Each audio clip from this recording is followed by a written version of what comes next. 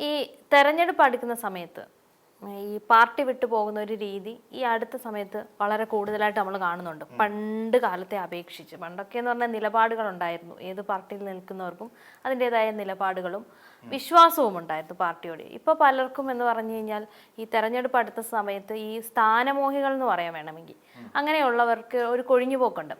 നമുക്കിപ്പം CPM എന്ന് പറയുന്ന പാർട്ടി എടുക്കാം. CPM പാർട്ടിയിൽ നിന്ന് അല്ലെ LDFിൽ നിന്ന് വലിയൊരു കൊഴിഞ്ഞുപോക്കുണ്ടായി. അതായത് ഐഷ പോറ്റി, PK ശശി എന്ന് പറഞ്ഞ് പലരും വിട്ടുപോയിട്ട് ഇവരൊക്കെ ചെന്ന് കയറി കൊടുക്കുന്നതെന്ന് പറഞ്ഞു കഴിഞ്ഞാൽ UDFിലോട്ട് അല്ലെ കോൺഗ്രസ് അനുകൂലമായിട്ട് പോകുന്ന രീതിയിൽ ആ ഒരു താല്പര്യത്തിലാണ് പോകുന്നതാണ്. അവിടെ എന്തോ സീറ്റ് ഇവിടെ കിട്ടാത്തത് എന്തോ അവിടെ കിട്ടും എന്ന് വിചാരിച്ചും ഇവിടെ കിട്ടാത്ത പ്രാധാന്യവും സീറ്റും അവിടെ കിട്ടും എന്നൊക്കെ വിചാരിച്ച് പോകുന്ന ഒരു കാഴ്ചയുണ്ട്.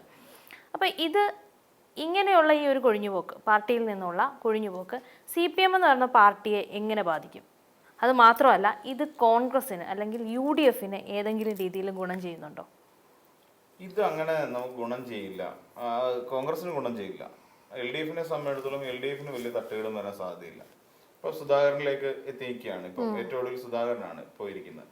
അപ്പം നമ്മൾ പരിശോധിക്കുകയാണെന്നുണ്ടെങ്കിൽ ഇവരെല്ലാം പോയതിന് കാരണം എന്താണെന്ന് ചോദിച്ചാൽ അവർക്ക് അർഹിക്കുന്ന പ്രാധാന്യം കിട്ടിയില്ല എന്ന് പറയുന്ന ഒരു കാര്യം. ഇപ്പൊ നമ്മൾ ഐഷ പച്ച എന്ന് പറയുന്ന സാധനം ഉണ്ടല്ലോ, അവിടുത്തെ അവസ്ഥ അവർക്ക് തന്നെ. ഇപ്പൊ കോൺഗ്രസിനെ സംബന്ധിച്ചിടത്തോളം കോൺഗ്രസ്സുകാർക്ക് തന്നെ അവിടെ നിലനിൽക്കുന്നവർക്ക് പോലും മതിയായ സീറ്റില്ല. തന്നെയല്ല, ഈ പോയവരെല്ലാം ഒരു ഗുണവും ഇല്ലാത്ത നേതാക്കന്മാരാണ്.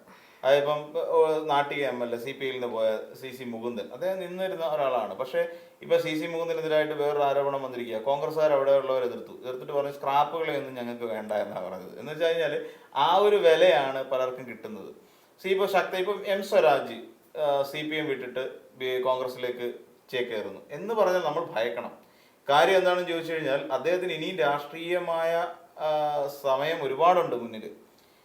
പിന്നെ M സ്വരാജിനെ പോലെ ഒരു നേതാവ്, അല്ലെങ്കിൽ മുഹമ്മദ് റിയാസിനെ പോലെ, MP രാജേഷിനെ പോലെ അങ്ങനെ ശക്തരായ നേതാക്കന്മാരെ നമ്മൾ പറയുന്ന ആൾക്കാരുണ്ട്. ശക്തർ എന്ന് വെച്ച് കഴിഞ്ഞാൽ രാഷ്ട്രീയമായ ഭാവി ഇനിയും അവശേഷിക്കുന്നവർ, അവർക്കിനിയും ഏതെങ്കിലും ഒരു രാഷ്ട്രീയത്തിൽ നിന്ന് കഴിഞ്ഞാൽ കുറച്ചുകൂടെയൊക്കെ അവർക്ക് മെച്ചപ്പെടാൻ കഴിയും. ഇപ്പോൾ AN ഷംസീർ അങ്ങനെയുള്ള നേതാക്കന്മാർ പോയി കഴിഞ്ഞാൽ നമുക്കൊക്കെ LDFിനെ സംബന്ധിച്ചിടത്തോളം ഒരു വലിയ പരാജയം തന്നെയാണ്.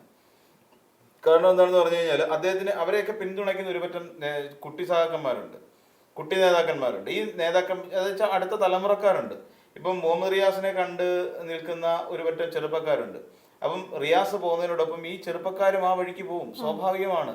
അവിടെ ആരും പിന്നെ നയവഞ്ചനയൊന്നും പറയാനൊന്നും പോകുന്നൊന്നുമില്ല. കാരണം എന്താണെന്ന് ചോദിച്ചു കഴിഞ്ഞാൽ അവർക്ക് രാഷ്ട്രീയമായി അവരുടെ ഭാവി ഇരുളടഞ്ഞതാണ് എന്നൊരു തോന്നലുണ്ടാകുമ്പം തീർച്ചയായിട്ടും ഇവിടുത്തെ യുവാക്കൾ മറ്റ് രാഷ്ട്രീയ പാർട്ടികളിലേക്ക് അഭയം തേടുന്ന സ്വാഭാവികമായ ഒരു പ്രവൃത്തിയാണ്. ഇപ്പൊ നമ്മൾ N സുരേഷ് എന്ന് പറയുന്ന ഒരാളുണ്ട്, നമ്മുടെ മലമ്പുഴയിൽ ഇപ്പൊ മത്സരിക്കാൻ പോവാണ് UDFിന്റെ പിന്തുണയോട് കൂടി.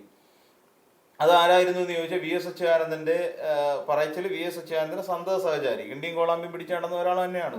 പക്ഷെ VS അദ്ദേഹത്തിന് അർഹിക്കുന്ന പ്രാധാന്യം VSനും കൊടുത്തിട്ടൊന്നുമില്ല. ഒരു ബാല്യക്കാരന്റെ റോള് മാത്രം ഉണ്ടായിരുന്ന ഒരാളാണ് ഇപ്പോൾ മലമ്പുഴയിൽ CPMനെ പരാജയപ്പെടുത്തും എന്നും പറയാണ്ട് അവിടെ മത്സരിക്കാൻ പോകുന്നു UDFിന്റെ പിന്തുണയോടുകൂടി.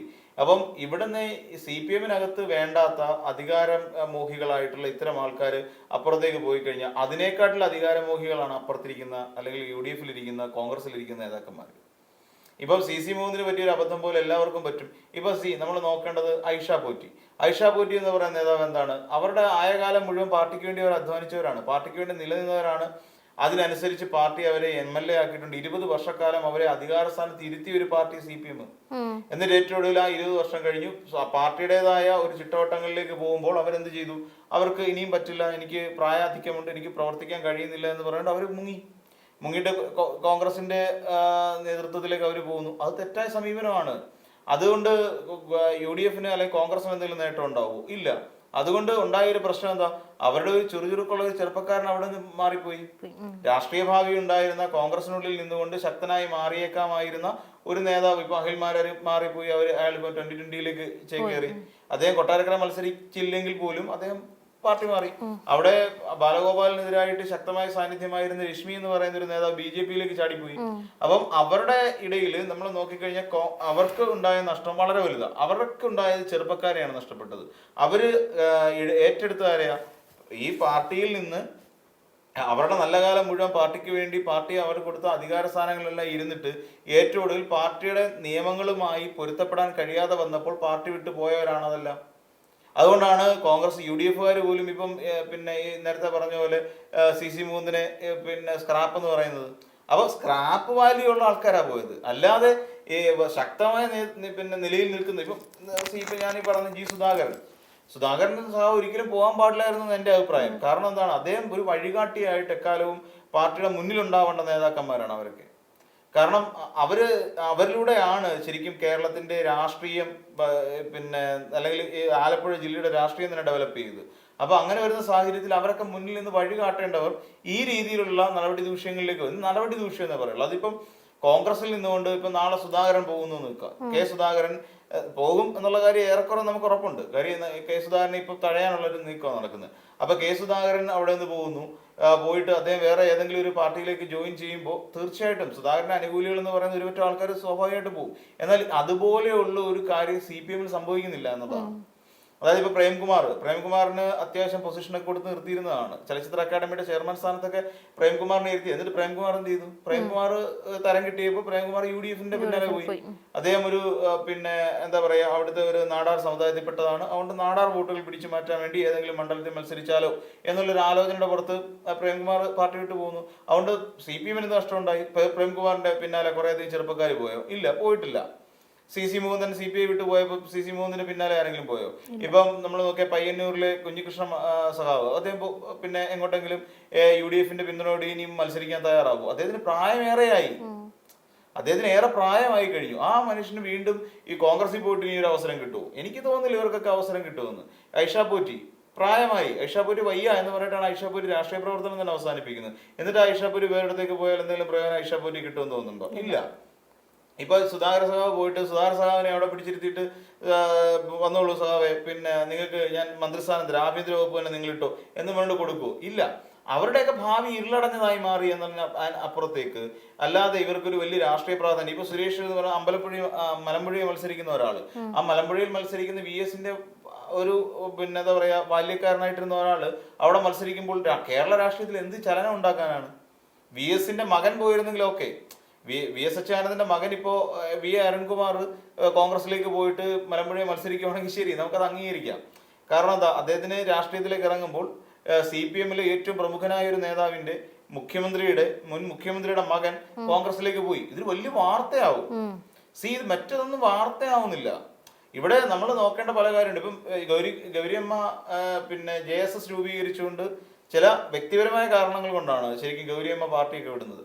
അപ്പൊ അങ്ങനെ ഗൗരിയമ്മ പാർട്ടി വിട്ടിട്ട് JSS എന്ന് പറയുന്നത് വേറൊരു രാഷ്ട്രീയ പാർട്ടി രൂപീകരിച്ചിട്ട് അവര് UDF-ന് പിന്തുണ പ്രഖ്യാപിച്ചാൽ UDF-ന്റെ ഘടകകക്ഷിയായിട്ട് ഗൗരിയമ്മ മാറി. പിന്നെ UDF-ന്റെ കൂടെ തന്നെയായിരുന്നു ഗൗരിയമ്മ ഉണ്ടായിരുന്നത് എന്ന് പറഞ്ഞുകൊണ്ട് ഗൗരിയമ്മ പോയി എന്ന് പറഞ്ഞുകൊണ്ട് CPM എന്ന് പറയുന്ന പാർട്ടി പാതി ഒഴിച്ച് അവസാനിച്ചോ? ഇല്ല, അങ്ങനെ പോയില്ല. CPM ഇപ്പോഴും നിലനിൽക്കുന്നുണ്ട്. പിണറായി വിജയൻ എന്ന് പറയുന്നതിനോട് മുഖ്യമന്ത്രിയായി ഇരിക്കുകയും ചെയ്യുന്നുണ്ട്. അടുത്ത തെരഞ്ഞെടുപ്പിനെ നേരിടാൻ സജ്ജമായി നിൽക്കുന്ന ഒരു പാർട്ടിയാണ് CPM. അപ്പോഴും MVR എന്ന് പറയുന്ന MV രാഘവൻ എന്ന് പറയുന്ന ഒരു വലിയ നേതാവ് ഉണ്ടായിരുന്നു. ആ വലിയ നേതാവും പാർട്ടിയിൽ പടലപ്പിണക്കം കാരണം പാർട്ടി വിട്ടുപോയി. പിന്നെ ഈ പറയുന്ന പോലെ CMB എന്ന് പറയുന്ന ഒരു പാർട്ടി രൂപീകരിച്ചു. ആ CMB ഉണ്ടാക്കിയിട്ട് MVR പോയിട്ട് CPM എന്ന് പറയുന്ന പാർട്ടിക്ക് എന്തെങ്കിലും സംഭവിച്ചോ? ഒന്നും സംഭവിച്ചില്ല. കാര്യം ഇവരൊക്കെ നെടുന്തൂണുകളായിരുന്നു പാർട്ടിയെ സംബന്ധിച്ചിടത്തോളം. ഒരു കാലത്ത് ഇപ്പം ഇവരൊക്കെ വിപ്ലവം, ഇവിടെ കർഷക സമരങ്ങൾ നയിച്ച ഒരാളാണ് പിന്നെ ഈ പറയുന്ന പിന്നെ ഗൗരിയമ്മ എന്ന് പറഞ്ഞത്. അവര് കർഷക സമരമൊക്കെ സംഘടിപ്പിച്ചതാണ്. അതിനകത്തൊക്കെ പങ്കാളികളാണ്. ശക്തയായ ഒരു വനിതാ നേതാവാണ് ശരിക്കും. അവരുടെ ആയകാലം, ഗൗരിയമ്മയുടെ ആയകാലം എന്ന് പറഞ്ഞു കഴിഞ്ഞാൽ അതിശക്തയായ സ്ഫോടനാത്മകമായ ജീവിതമായിരുന്നു അവരുടേത്. അത്ര ശക്തയായ ഒരു രാഷ്ട്രീയ നേതാവായിരുന്നു. എന്നിട്ട് ഒന്നും സംഭവിച്ചില്ല. ഈ MVR പോയിട്ടൊന്നും സംഭവിച്ചില്ല.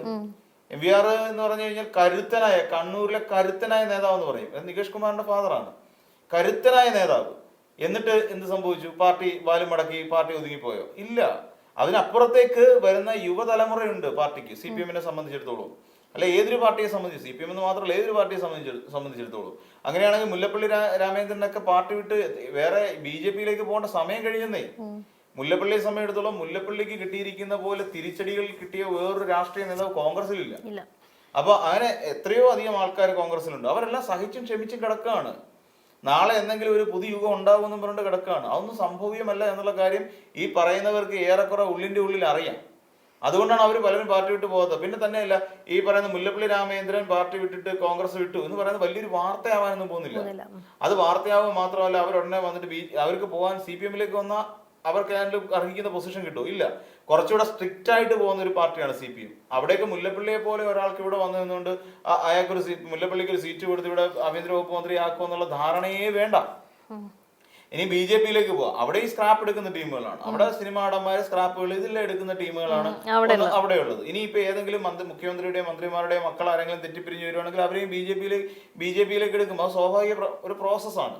അല്ല, CPM എന്ന് പറയുന്നൊരു പാർട്ടി ഈ പറയുന്ന കോൺഗ്രസിൽ നിന്ന് പുറത്തേക്ക് വരുന്ന കുറെ സ്ക്രാപ്പുകളെ കൊണ്ട് വളരുന്ന ഒരു പാർട്ടിയൊന്നുമല്ല. പിന്നെ ഇവിടെ നിന്ന് പോയവർക്ക് അർഹിക്കുന്ന പ്രാധാന്യം ഇവർക്ക് പാർട്ടി കൊടുത്തതിന് ശേഷമാണ് ഇവരെല്ലാവരും ഈ പാർട്ടി വിട്ടു പോകുന്നത്. ഇപ്പൊ കുഞ്ഞികൃഷ്ണൻ സാഹബ് അവിടെ എന്താ സംഭവിച്ചത്? അദ്ദേഹം ചെയ്തത് എന്താണ്? അദ്ദേഹം അവിടുത്തെ പയ്യന്നൂർ MLA-യുമായിട്ടുള്ള ഒരു പ്രശ്നത്തിന്റെ പുറത്താണ് അദ്ദേഹം പാർട്ടി വിടാൻ തീരുമാനിക്കുന്നത്. എന്നിട്ട് പാർട്ടിയെ അണികൾ തിരുത്തണമെന്നുകൊണ്ട് പുസ്തകം എഴുതുന്നു. പുസ്തകം ഇങ്ങനെ പബ്ലിക്കലി പ്രഖ്യാപിക്കേണ്ട ഒന്നാണോ പാർട്ടിയെ തിരുത്തൽ? ഞാൻ ഇനി മറ്റൊരു വീഡിയോയിൽ ഞാൻ പറഞ്ഞതാണ്. പാർട്ടിയെ തിരുത്തുന്നത് പബ്ലിക്കായിട്ടല്ല, പാർട്ടിയെ തിരുത്തുന്നത് രഹസ്യമായിട്ടാണ് പാർട്ടിയെ തിരുത്തേണ്ടത്. അതെല്ലാ കാലഘട്ടങ്ങളിലും എല്ലാ രാഷ്ട്രീയ നേതാക്കന്മാരും അത് ചെയ്തിട്ടുണ്ട്. ഇവിടെ ഈ പറയുന്ന EK നായനാണെന്നുണ്ടെങ്കിലും നമ്മൾ ഇങ്ങോട്ട് നോക്കിയ Pinarayi വിജയനാണെങ്കിലും MB ജയരാജനാണെങ്കിലും EP ജയരാജനാണെങ്കിലും EP Jayarajan അങ്ങനെയാണെങ്കിൽ എത്രത്തോളം കണ്ണൂരിലേക്ക് അദ്ദേഹത്തിന്റെ വലം കൈ നമ്മൾ നോക്കിയാൽ മനസ്സിലാവും. അതിന്റെ കൈ പോയതാണെന്നേ. അദ്ദേഹത്തിന്റെ ഒരു കൈയില്ല.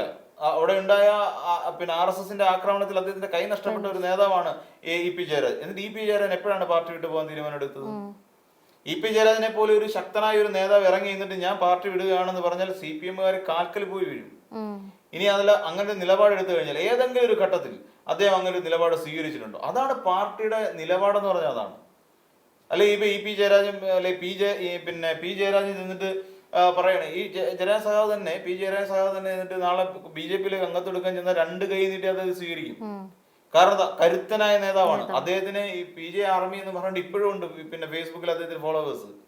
അദ്ദേഹത്തിന് ഇഷ്ടം പോലെ ആൾക്കാരുണ്ട്. ഫേസ്ബുക്കിൽ നിന്ന് മാത്രമല്ല, അദ്ദേഹത്തെ ജയരാജേട്ട എന്ന് വിളിച്ചുകൊണ്ട് സ്നേഹിക്കുന്ന, ചങ്ക് പറിച്ചു കൊടുത്ത് സ്നേഹിക്കുന്ന നിരവധി സഹാക്കന്മാരുണ്ട് അവിടെ.